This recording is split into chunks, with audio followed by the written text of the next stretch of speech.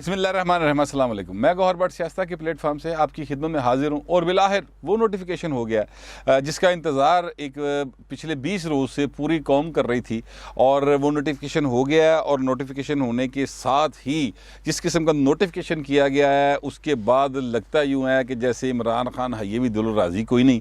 और राना सनाउल्लाह साहब मुस्लिम लीग नून के बड़े अहम रहनुमा हैं, उनसे मेरी बात हुई है तो उन्होंने कहा जनाब इनने मतलब बाकायदा तौर पर यानी पंजाबी में उन्होंने कहा कि दूध ज घट्टा पाता रहना फट के, ठीक है, गंद डाल दी दूध में। और इस तरह का नोटिफिकेशन करने की क्या ज़रूरत थी। बट एनीवेज ये राणा साहब का ख्याल है।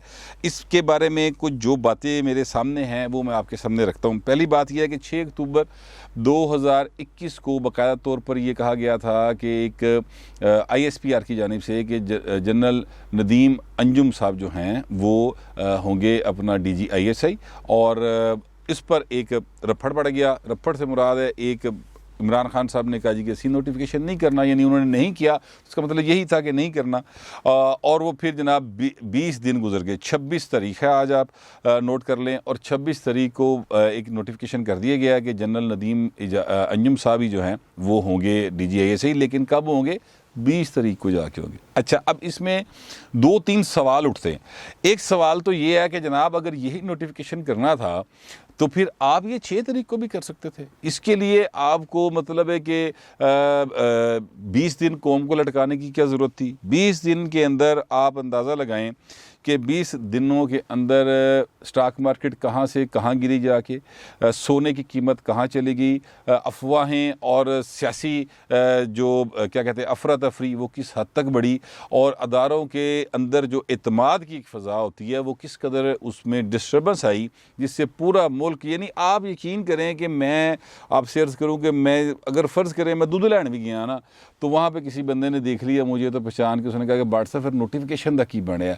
अगर आप अपने रिश्तेदारों में गए हैं तो उत्थे भी यही सवाल हो रहा है नोटिफिकेशन दा की बने। किसी ब्याह ते गए उत्थे भी ये सवाल है, किसी कोलों ते गए उत्थे भी यह सवाल है। इस तरह की गुफ्तगू जो है वो मुसलसल नोटिफिकेशन पे हो रही थी। इतनी ज़्यादा यानी क्योस पैदा करने का क्या फ़ायदा हुआ?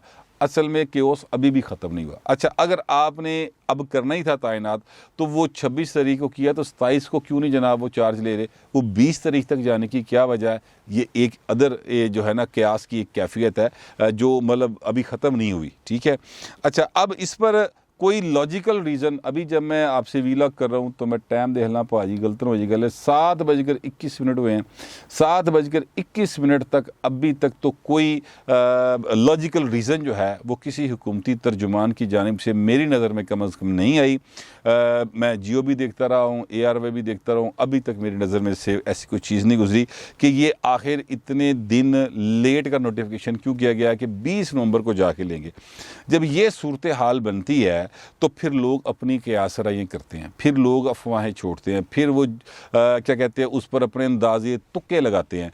और इस पर जब मेरी बात हुई है राना सनाउल्लाह साहब से आज, तो उन्होंने कहा कि भाट साहब इसका मतलब तो ये हुआ कि वो जंतर मंतर वाली गल ठीक सी फिर कि जो की थी मतलब मरीम नवाज शरीफ साहबा ने या जो आसमा शराजी साहबा ने अपने कॉलम में जिक्र किया किसी का नाम लिए बगैर, तो इसका मतलब है वो जंतर मंतर जादू टूने वाली गल्लां ठीक सन कि 20 नवंबर को जा करेंगे। फिर एक और बात जो है वो उन्होंने की वो बड़ी ज़बरदस्त थी। उन्होंने कहा इन्होंने तो पूरे अदारे का मजाक उड़ा दिया। नवाज शरीफ ने तो सिर्फ 1-2 लोगों के नाम लिए थे, इन्होंने तो पूरे अदारे का मजाक बना के रख दिया। ये अदारा जो है ये हमारी सलामती का ज़ामन है और इसमें कोई दूसरी राय नहीं है। मैं इस बात पर मुकम्मल यकीन रखता हूँ कि ये हमारी सलामती का ज़ामन अदारा है। तो लेकिन इन्होंने तो मजाक बना के रख दिया, ये राना सनाउल्लाह साहब कह रहे हैं। और इसीलिए मैं साथ साथ कोट करता हूँ कि मतलब गल जड़ी है ना जितने जिन्नी की है उन्नी ही रहे, ठीक है। और उन्होंने कहा यकीनी तौर पर इससे अदारे के अंदर जो कि ज़ाहिर अदारा मौजूद है, एक डिसिप्लिन है उसका, उसके अंदर एक तजब्ज़ब, एक क्या कहना चाहिए, एक अजीब सी कैफियत तो ज़रूर पैदा हुई होगी। अब ज़ाहिर है राना साहब का भी अंदाज़ा ही है ना, राना साहब अदारे के अंदर से थोड़ी हैं जो पिछली गल दस दें, लेकिन उन्होंने भी एक अंदाज़ा लगाया।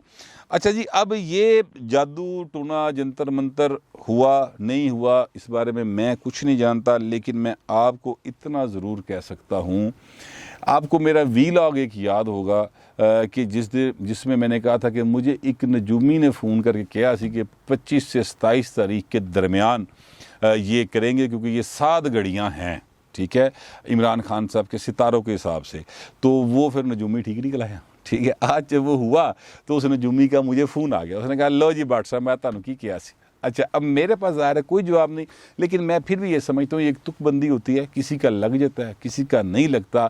मगर उस बंदे ने जो डेट्स दी थी उसके दौरान नोटिफिकेशन हुआ है, मगर नोटिफिकेशन फिर आगे 20 नवंबर तक का हुआ है। और मतलब ये फिर आगे क्या सराइयाँ होंगी, तुकबंदियाँ होंगी, लोग तरह तरह की बातें करेंगे। तो भाएं तुसी ये गल्लां करन दा मौका देंदे क्यों? आप सीधी सीधी कोई जो मतलब 26 को आप नोटिफिकेशन कर रहे हैं, 27 को अगला चार्ज ले ले, गल ख़त्म, अल्लाह अल्लाह खैर इंशाल्लाह। लेकिन चीज़ों को मुसलसल ग्रे एरिए में रखने से जो है वो कौम में तजब्ज़ब बढ़ता है, ख़ास तौर पर पाकिस्तानी कौम में तो बहुत ज़्यादा बढ़ जाता है। अच्छा, अब यहाँ पर जो सवाल उठ रहे हैं वो 2-3 हैं जो मैं आपके सामने रखना चाहता हूँ। एक सवाल तो मैं आपके सामने ये रखना चाहता हूँ कि जनाब जो लोग बातें भी कर रहे हैं और सियासी लोग कर रहे हैं कि जनाब इस्टेब्लिशमेंट आखिर इमरान खान की इतने नाज नखरे क्यों उठा रही है, क्यों वो इनको इतना बर्दाश्त कर रही है? क्योंकि माजी में तो ऐसा कभी नहीं हुआ। राना सनाउल्लाह से भी मेरी बात हुई तो उन्होंने कहा कि माजी में ऐसी कोई मिसाल नहीं मिलती भट्ट साहब कि महीना लटकाओ तो महीना आगे की डेट पा दो, ऐसा कभी नहीं हुआ। इससे बाकायदा तौर पर सियासत का अंसर जो है वो आता है लोगों के जहन में कि कोई सियासत कर रहा है भाई, यदि अपनी कोई पर्सनल सुपरमेसी की लड़ाई लड़ रहा है, ये सिविलियन सुपरमेसी की लड़ाई नहीं लड़े, ये पर्सनल सुपरमेसी की लड़ाई लड़े हैं। तो लिहाजा इस किस्म की बातें जो हैं वो होती हैं। अच्छा, अब पॉलिटिकल बात करें अगर तो ये क्यों नहीं कर रहे, इस्टेब्लिशमेंट क्यों इतना बर्दाश्त कर रही है? क्योंकि माजी में हमने देखा है इस्टेब्लिशमेंट ने इतना लंबा जो कहते हैं ना कि नर्व शैटर कर देने वाला बर्दाश्त किसी को नहीं किया जितना खान साहब को किया गया है। और बहुत सारी इसकी मिसालें मौजूद हैं, मैं आपको बता सकता हूँ। सलीम साफ़ी साहब तो कहते हैं इस साल जुलाई से ये मामला शुरू हुआ है, लेकिन मैं आपसे अर्ज़ करूँ कि इससे भी बहुत पहले से मामला शुरू हुआ है। आप देखिए उस्मान बुज़दार को तब्दील करने की बात की गई, खान साहब ने तब्दील नहीं किया। ठीक है, मतलब आप अब इस पॉलिटिकल साइड में बात कर रहा हूँ कि खान साहब ने उस्मान बुज़दार को आज के दिन तक तब्दील नहीं किया। तो चीज़ें जो हैं वो फिर अगर आप देखें तो कब से इनको बर्दाश्त करते चले आ रहे हैं। ये अगर माजी की मिसाल सामने रखी जाए तो इस्टेब्लिशमेंट की सब्र की दाद देनी चाहिए फ्रैंकली। अच्छा, अब दूसरी बात ये है कि जनाब बर्दाश्त इसलिए कर रहे हैं, अब ये मेरा ख्याल है, ये मेरा क्या कहना चाहिए तजिया, बर्दाश्त इसलिए कर रहे हैं कि आप जैसे जानते हैं कि इस वक्त पेट्रोल की कीमत है 138 रुपये फ़ी लीटर। इसमें अब 9 रुपये फ़ी लीटर इजाफे की समरी जो है वो 1 नवंबर के लिए भेज दी गई है। और मैं आपको ये बात बताऊँ कि जो उसके साथ मुआहदा हुआ है अपना IMF के साथ जो पहले से हुआ हुआ और ये करके गए हुए हैं, और उस मायदे के तहत पेट्रोल $1 का 1 लीटर होगा। यानी पेट्रोल डॉलर जो है इस वक्त 175 रुपये 25 पैसे के करीब था जब मैंने लास्ट टाइम देखा। तो ये वहाँ तक कीमत जानी है। अब डॉलर जितना ऊपर जाएगा पेट्रोल भी उसी हिसाब से ऊपर जाएगा, डॉलर जितना नीचे आएगा पेट्रोल की प्राइस भी उस हिसाब से कम होगी। पहले इन्होंने डॉलर की कीमत तक लेके जाना है पेट्रोल को, ये बाकायदा तौर पे कहा जा रहा है। अच्छा, फिर बिजली की कीमत में भी इस वक्त बिजली की कीमत जो है वो फ़ी यूनिट 24 से 25 रुपये पड़ता है। ठीक है, और जब वो आप उसमें 15 रुपये कम अज़ कम और इजाफा होना है, ये बात तय है। ठीक है, जो बताया जा रहा है माशी जो माहिर हैं वो ये बात बता रहे हैं कि ये 15 रुपये कम अज़ कम उसमें मज़ीद इजाफा होना है। तो अब आप अंदाज़ा लगाएं कि जब 40 रुपये का यूनिट जाएगा तो उससे ताड़ा मेरा वर्किंग क्लास का क्या हाल होगा, और किन्नू केड़ा बंदा होगा जो झोलियाँ चुक चुक के बददुआवां नहीं देगा। ये हालात जाएंगे इस तरफ। माशी माहिरीन यही बात कह रहे हैं। उसके बाद आ जाते हैं कि गैस जो है उसके चूँकि LNG के बर वक्त मुआहदे नहीं किए गए थे, ऑर्डर प्लेस नहीं किए गए थे, लिहाजा गैस कोई नहीं पाए। पूरी सर्दियों में गैस कोई नहीं है और फिर उसमें कीमतों में भी इजाफा होगा। तो ये जब कुल मिला के बातचीत सामने आती है तो फिर शहबाज शरीफ दे दिमाग नूं इट ते वजी कोई नहीं हुई सिर नूं कि करतूते करे इमरान खान की हुकूमत तो लोगों की बददुआएं लेके शहबाज शरीफ आ जाए। ठीक है, या ये जो है अपना बिलावल साहब आ जाए कि बिलावल आगे लोगों की बददुआवां लवे। ठीक है, लिहाजा मैं ये समझता हूँ कि मार्च के महीने तक, फरवरी मार्च, जब तक ये सर्दी का टर्न्योर चलना है, इस दौरान में जो कीमतें बढ़नी हैं बढ़ जाएंगी और फिर उन कीमतों का इंसान आहिस्ता आहिस्ता आदी भी हो जाता है। मिसाल के तौर पे मुझे याद है कि आज से 10 साल पहले या 12 साल पहले कुलचा जो था वो 5-7 रुपये का था। अब आहिस्ता आहिस्ता हुआ ये कि असी कुलचा 10 रुपये का लैण दे आदी हो गए सा। ठीक है। उस तो बाद हूँ 15 का लैंड के आदी हो गए हैं। अब कल परसों से आप देखिएगा कि ये जो प्राइस है रोटी की, ये 15 रुपये चली जाएगी और नान जो है वो चला जाएगा 20 रुपये का। तो इसका फिर आहिस्ता आहिस्ता लोग जो हैं वो आदी होना शुरू हो जाते हैं। दर्द के भी इंसान आदी हो जाते हैं ना, कि दर्द अगर फ़र्ज़ करे आपके कहीं ज़ख़म लगा हुआ है तो आपको वो दर्द आहिस्ता आहिस्ता अगर कई साल तक लगा रहेगा तो आप उसके आदी हो जाएंगे।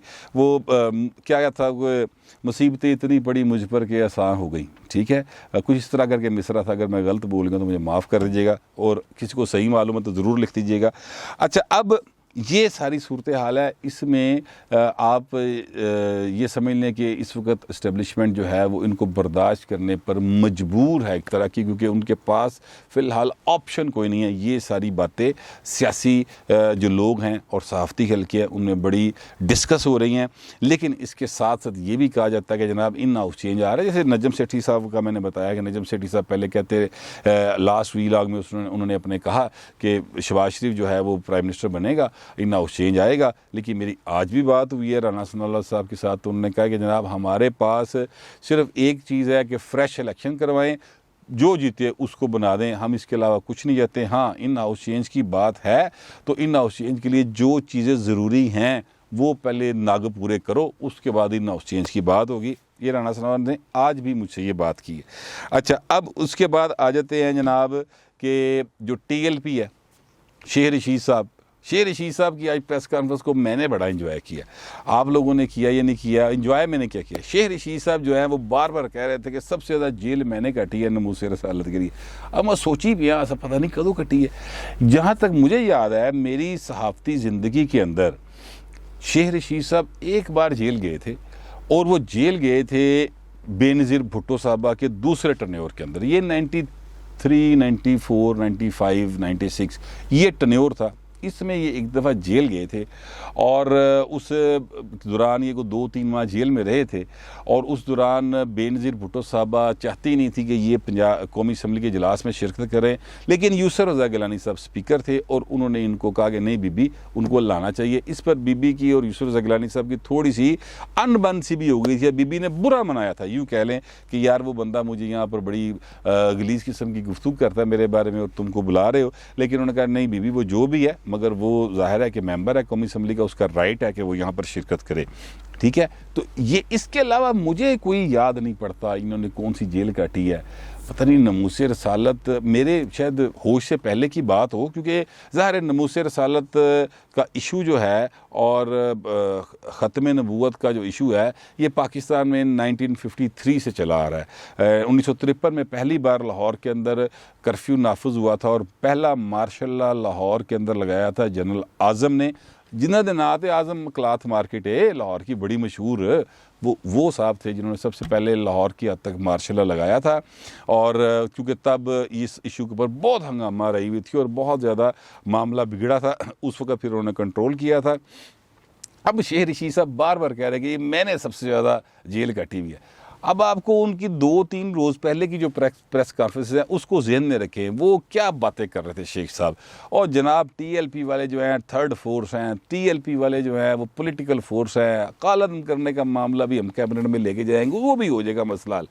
आज वो क्या कह रहे थे, फ्रांस के अलावा सारी बातें मानने को तैयार हैं। अच्छा जी, फ़्रांस के हवाले से उनकी जितनी बात थी वो लॉजिकल थी, और उससे मैं पहले भी आपसे अपने वीलॉग्स में कह चुका हूँ कि पाकिस्तान जो है ना वो कोई मरीख पे नहीं बसता। हमें इस दुनिया में रहना है, इस कुर्रा अर्ज़ के ऊपर रहना है और दुनिया के साथ बना के चलना है। अगर यूरोपीय यूनियन यहाँ से अपना बाइकआउट कर देना भाजी, तो $25 अरब की टोटल साड़ी एक्सपोर्ट है, तो टोटल जी रहेगी ना $2 अरब रहेगी, तो वो की बनेगा। लिहाजा ये एक्चुअल मामला है जिस पर शेख साहब ने बाकायदा तौर पर कहा कि भाई ना इस गल नूं छड़ दो, बाकी सारे मंजूर करते हैं। रात 12 बजे तक कहते जी उठ जाओ यहाँ से, आपका हमारे साथ मुआहदा है। तो अगर नहीं उठेंगे तो फिर ऐसे कहते हो फिर तो अल्लाह ही जानता है जी क्या होगा। इसका मतलब है कि हुकूमत जो तय कर चुकी है कि जनाब अगर ये नहीं उठेंगे TLP वाले तो फिर डंडा चलेगा, ठीक है, और डंडा हुकूमत फिर बहुत ज़्यादा चलाएगी। ये उनकी बातों से मैंने अंदाज़ा लगाया है और ये मेरा ख्याल है। लेकिन शेख साहब बार बार जो कह रहे थे ना कि यार मैंने सबसे ज़्यादा जेल काटी है, तो मैं इंजॉय कर रहा था इस सेंस में कि शेर रशीद साहब अंदर से डरे हुए, ठीक है, डरे क्यों हैं? डरे इसलिए हुए हैं कि आपको याद होगा ये इतना सेंसिटिव इशू है और हर मुसलमान इस पर बहुत ज़्यादा जज्बाती हो जाता है। नमूस रसूलुल्लाह सल्लल्लाहु अलैहि वसल्लम के ऊपर, ख़ातम नबूवत सल्लल्लाहु अलैहि वसल्लम के ऊपर, इस पर हम कोई किसी किस्म का कंप्रोमाइज़ करने को तैयार नहीं होते। कोई मुसलमान पाकिस्तान का हो, अफ्रीका का हो, चाइना का हो, इस पर कंप्रोमाइज़ कोई नहीं करता, क्योंकि अगर ये चीज़ें जो हैं ये अगर हम अपने ईमान से निकाल देते, असी मुसलमान नहीं रहते, भावें जो मर्जी बन जाइए, मुसलमान हम नहीं रह सकते। लिहाजा शेख साहब जो हैं इस सेंसिटिविटी के जानते हैं और उन्हें डर है कि कोई उन्होंने होते मतलब वो कोई मसला ना बन जाए, इसलिए वो बार बार इस चीज़ की कह रहे थे कि मैं सब तो बहुत ही जेल कट्टी। बट एनीवेज़ पाकिस्तान के हालात जितने टेंस पहले थे इस नोटिफिकेशन से पहले, आज भी इस वक्त जिस वक्त मैं वीलॉग कर रहा हूँ अभी भी उतने ही टेंस हैं, बल्कि मैं अगर ये कहूँ कि इसमें थोड़ा सा इजाफा हो गया तो ज़्यादा गलत नहीं होगा। लेकिन बहरहाल जैसा कि मैं कह चुका हूँ, जब नोटिफिकेशन होगा तो फिर नवी खेड होएगी, नवा मैदान होएगा, तो नवे खिडारी होंगे और अब आप देखेंगे कि आने वाले दिनों में ये सारा कुछ होता आपको दिखाई देगा। इमरान खान साहब जो हैं वो ज़ाहिर है इस वक्त उन्होंने जो अपने आप को अपना लोहा मनवाया है, तो वो लोहा जिनसे उन्होंने मनवाने की कोशिश की है तो वो फिर लोहे के चने उनसे ज़रूर चबवाएंगे, मेरा ये ख्याल है। पता नहीं ये ठीक निकलता है कि नहीं, आप क्या सोचते हैं ज़रूर बताइएगा। लेकिन डिसेंसी के साथ फिल वक्त इतना ही, मिलते हैं अगले वीलॉग।